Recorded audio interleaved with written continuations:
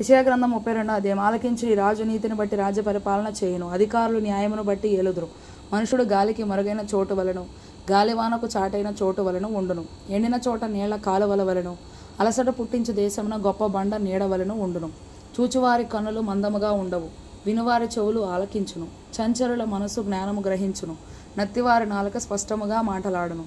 మూఢుడు ఇక గనుడని ఎంచబడడు, కపటి ఉదారుడు అనబడడు. మూడులు మూఢవాక్కులు పలుకుదురు, భక్తిహీనముగా నడుచుకొందురు.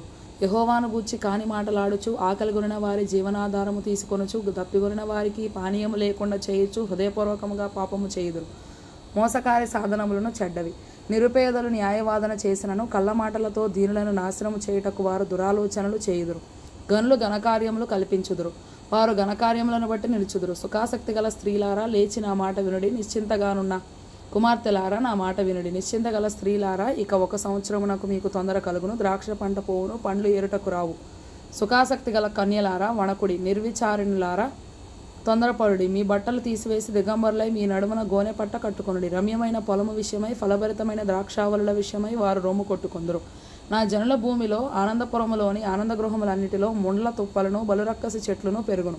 పైనుండి మన మీద ఆత్మ కుమ్మరింపబడు వరకు నగరి విడువబడును, జనసమూహము గల పట్టణము విడువబడును. కొండయు కాపర్ల గోపురమును ఎల్లకాలము గుహలుగా ఉండును.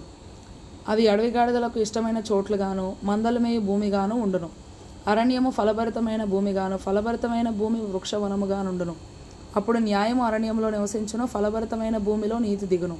నీతి సమాధానము కలుగజేయును, నీతి వలన నిత్యమును నిమ్మళము నిబ్బరము కలుగును. అప్పుడు నా జనుల విశ్రమ స్థలమునందును, ఆశ్రయ స్థానములయందును, సుఖకరమైన నివాసములయందును నివసించెదరు. అయినను అరణ్యము ధ్వంసమగునప్పుడు వడగండ్లు పడును, పట్టణము నిశ్చయముగా కూలిపోవును. సమస్త జలముల యొద్దను విత్తనములు చల్లుచు, ఎద్దులను గాడిదలను తిరగనిచ్చు మీరు ధన్యులు.